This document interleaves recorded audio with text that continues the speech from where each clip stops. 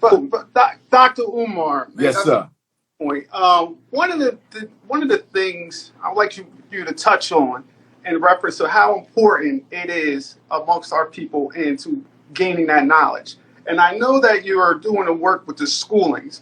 So you know you being an educator know the importance of us educating ourselves instead of being in a curriculum of those who don't have our best interests.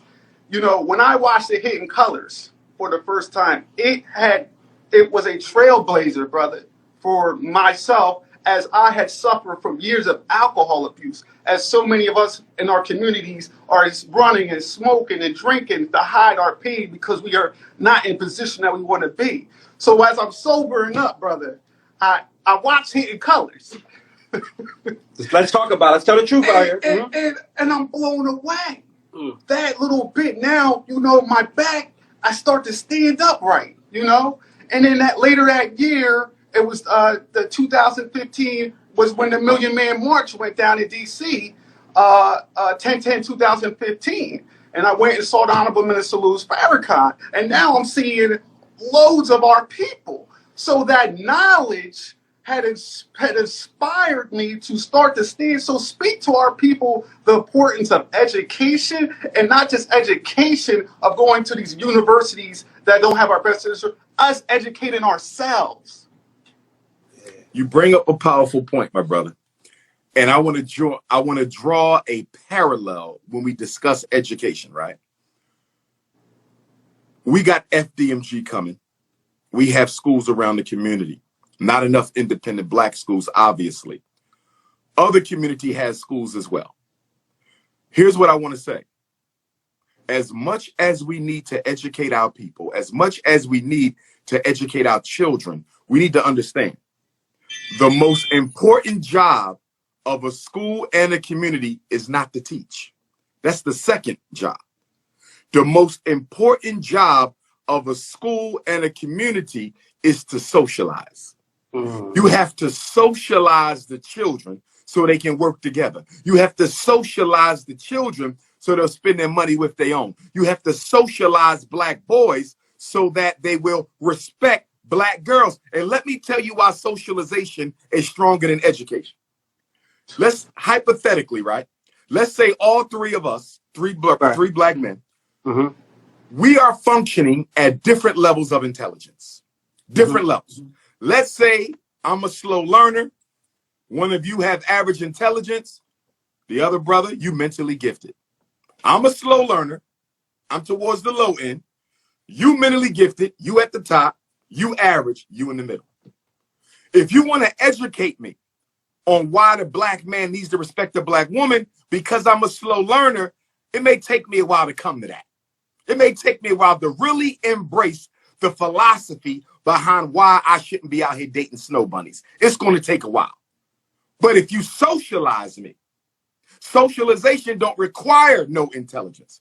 Socialization doesn't require me to be able to conceptually embrace what you're trying to do. Socialization says, in this community, you respect the women or you get your ass whipped. It don't matter if you're mentally retarded, mentally gifted, slow learner, average IQ. You understand that if you don't want hands put on you, you're going to respect the women. See, socialization not only keeps the structure together, it keeps people honest because they don't want to suffer the consequences. The education might take a while.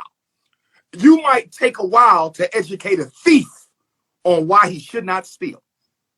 But guess what? If you socialize the thief as to why you better not steal, the behavior may actually precede the intellectual mastery of the concept, if that makes sense to you. Let me give you an example. A child is playing with fire on the stove. Right. Playing with fire on the stove. His mama come, smack his hands. He start crying.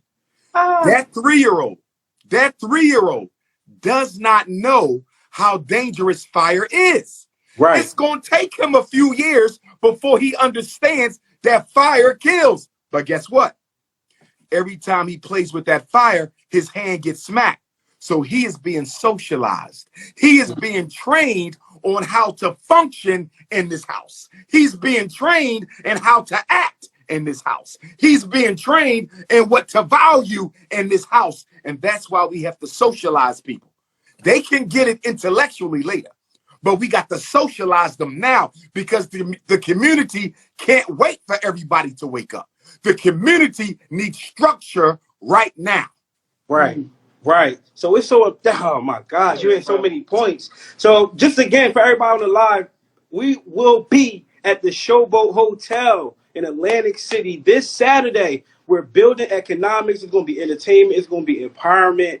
And I mean, what you just said to me, it's almost like what we're doing right now. It's like we're fighting against that, bro. I want you to understand. We're fighting against the systems. We're fighting against us waiting for things to happen. Like I said, we don't have a bunch of sponsors, none of that. But we're doing whatever we got to do to get the dollar circulating Black Friday weekend. And this is something that we should be doing all the time. Right. Like, we really want everybody to understand that the melanin market is all about circulating the dollar. So, Umar, I really appreciate you. But and let them know that you're going to have the vendors in the building so they can do their Black Friday shopping with Black people. Let them know that. Oh, yeah, for sure. So we have over 100 business owners that's going to be in one location, y'all. One location in Atlantic City. And you guys can shop with them. You can go on our website right now. It's free tickets. It's free tickets for everybody. But listen, it's limited. Once we hit about 600, it's going to be a wrap. So go on the website right now. We got about 200 more tickets to give away for free. But one thing I wanted to share with y'all before we got off of this live is, when I was a kid, man, I really did not have the opportunity to see these business owners. And, you know, me being born in Philadelphia, raised in Willingboro, New Jersey, I just want to share a quick testimony with y'all. See, when I was growing up, I did not see a bunch of Black business owners. I seen maybe a barbershop owner, and that was pretty much it as growing up. So if you go on our page, you'll see little kids selling things. You'll see people with candles. And if we had these opportunities as kids, I don't think I would have went through a lot of the things that I went through. And I want to just share a testimony with everybody that's on the live right now. When I was 19 years old, I was shot in the chest in a drive-by shooting. Just I would say following America's culture. Being a young Black kid trying to find his way, I was shot in the chest, guys, and I survived that. And and what happened now that we're here, 5 years later, I want everybody to understand that we're at a place now where we have the opportunity where kids can come out and sell their own merchandise and be inspired and see more. When I was 19, I did not see that much. I just seen basketball players and barbershop owners. I want you guys to understand that. So we are trying to change the paradigm with how kids think. We want them to come to this event. We want them to see Umar speak live. We want people to understand that this is not just an expo, guys. This is a revolution. We're putting Dr. Umar in the room with all these beautiful people, and it's going to be a celebration. Yes, you're going to learn something, but we have kid models. We have kid organizations like the Conglomerate. We have different people that's involved, the Studio Diva Kids, all these different children organizations we're going to be showcasing. So we want to give kids the opportunity to build confidence. So Umar, real quick, how do you feel about the youth and them just being in one building with you, bro? How does that make you feel?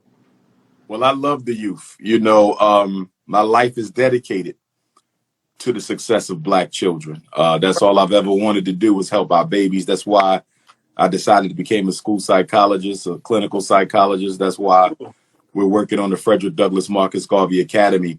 I want adults to understand something, though. As we go, so will the youth go. And one of the things that bothers me is when I hear conversations about the youth from adults who are constantly wondering what's wrong with them. We are what's wrong with them. The condition of the youth is a psychological printout of what the adults did not do for them. So when we're looking at the youth, we are looking at a reflection of ourselves and our neglect for them. What we are dealing with in Philadelphia with this Black on Black crime and across America, it's everywhere. This is the result of a Black community that has abandoned their responsibility to protect and provide for its youth. Point blank, period. John would not be selling guns. John would not be robbing nobody. John would not be selling crack if the community provided a job for John. So every problem that Black youth have is the result of what the community stopped doing for itself. That's why it's so important. Go ahead, Corey. And I'm glad you talked on that, because between Dr. Umar, the ages of 1835 Black community, and I'm paraphrasing the statistics, it is alarming our youth are not are unemployed compared to other ethnicities. So the dollar is coming out of our community, and then our youth do not have a job. And if our youth are able to be employed, then that creates that social change that you're talking about, because now that business owner can have an influence socially with the young brother and sister. Oh, absolutely.